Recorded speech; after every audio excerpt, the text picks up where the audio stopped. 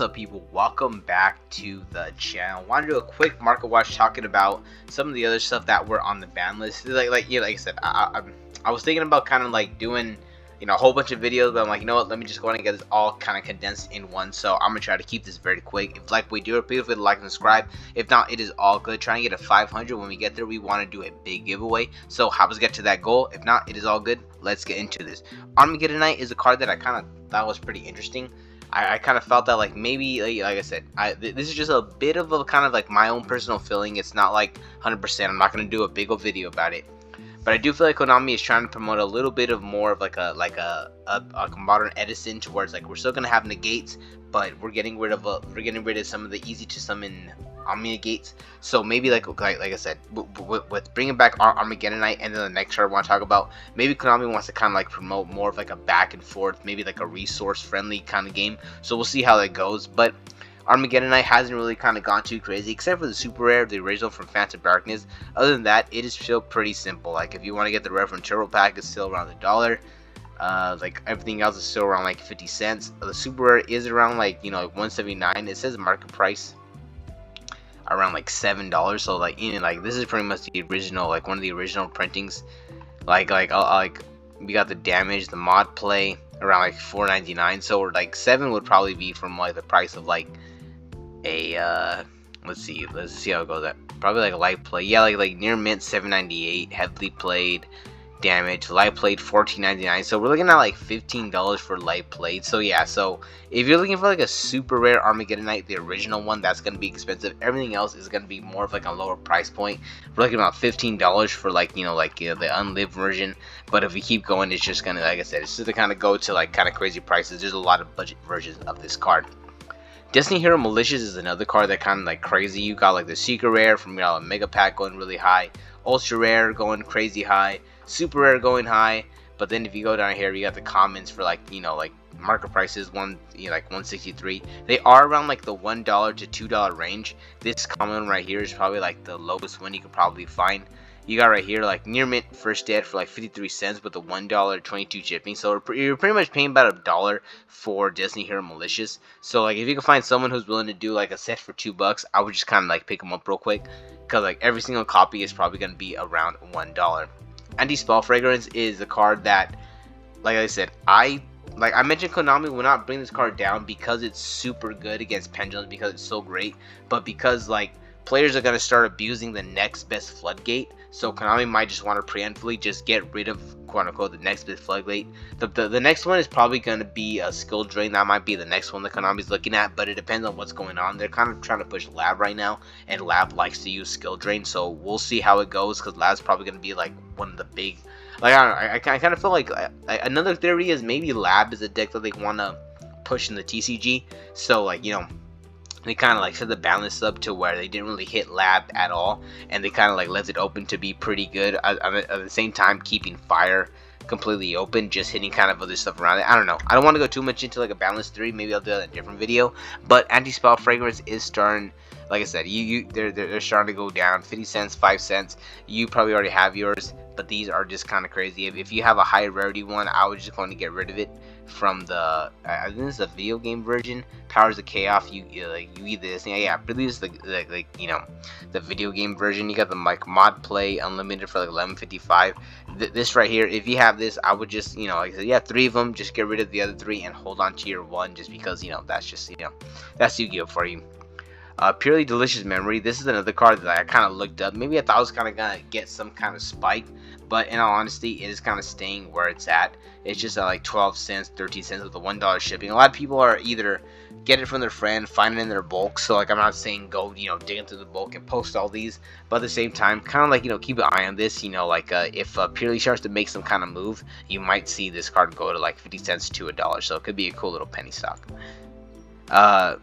Orcus Harp Horror is another card that I thought about, but then I'm like, you know what? Orcus didn't make a big splash, so it's probably in the beginning, in the beginning of this new format, it's not going to be anything, and I'm kind of right. You got the soul, you got the rare for about 15 cents, and they feel like the super rare.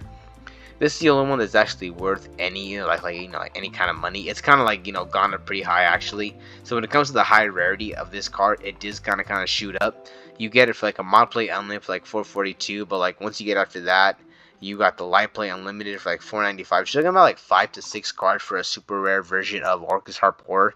Like I said, a lot of people are gonna be trying, maybe potentially bringing back the Sky Striker Orcus deck. That's something that I thought about the second I saw the ban list. So that's that's pretty much something that I'll probably look out for. Other than that, I wouldn't really pay too much attention. If you have these, I would just get rid of them because they're probably gonna get some kind of big reprint in the next reprint set. So be wary of that. Speedroy Terratop is another card that I would, if you have the super rares, I would just get rid of them. You have a lot of budget versions, 2 common versions that are like 24 and 20 cents, but the super versions right here, I'm actually gonna look for them right after I film this video. And you got the near mint first hit for like 775, 781. So you're pretty much paying about $8 for this card. I would get rid of this card way sooner rather than later. I would get rid of it right now because I'm pretty sure this is gonna get an instant reprint in the next like Battles of Legend reprint type set. 10. They might just throw it in there just to make the 10s more, like more flashy if they don't, do other cards. So we'll see what Konami wants to do here with some of this stuff. Sky Striker Mobilize Engage is another card that I kind of thought like, maybe it's gonna get a slow roll, but I'm already looking at the ultra rares from Medicine Mavens and 2009 Megatins already going to about $1. The secret rare from Dark Saviors is kind of holding its like $3 to $4 price point. The Battle of Legends secret is in that same range, and they got the Altar secret for like $9.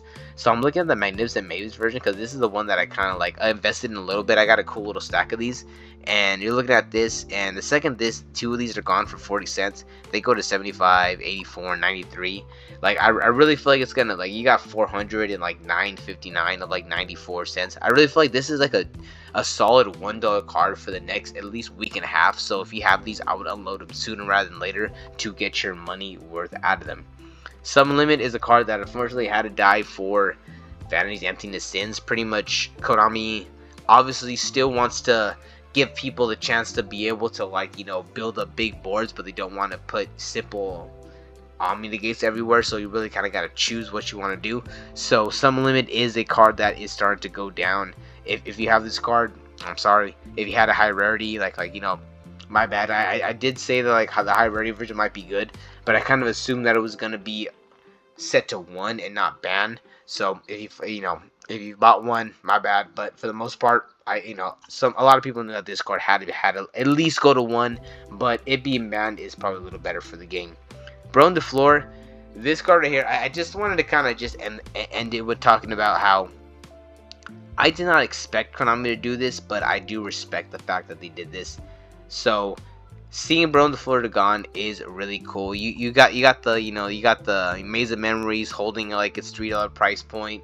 Ultra rare from Legendary Duels holding that $5 price point. Everything else is gonna be super dirt cheap, to be honest. Unless you're playing like past format or like special formats, I would just kind of like put it to the side and just say, hey, that's how it goes. Yu-Gi-Oh is potentially going into some, I want to say it's in a reset, but maybe they want to kind of bring back some of these crazy power cards. Speaking of that, wrong thing. Speaking of that, we got Borderless Savage Dragon, the last card I want to talk about. The super rare is already in that 1 cent kind of range. To be honest, if you want to play past format, like I do have like some past format videos that hopefully me and my friends could like start up, and you can kind of bring this back in that past format.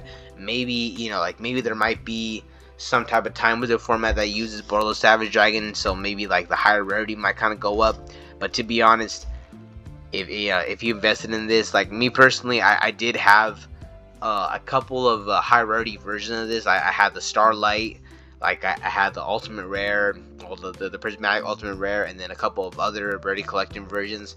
So yeah, this one kind of hit me hard, and I was like, damn, that kind of sucks. But at the same time, that's just how Yu-Gi-Oh goes. So we'll see how the game progresses without cards like this. Alright guys, that's it for the video. Peace out, and I'll catch you in the next one.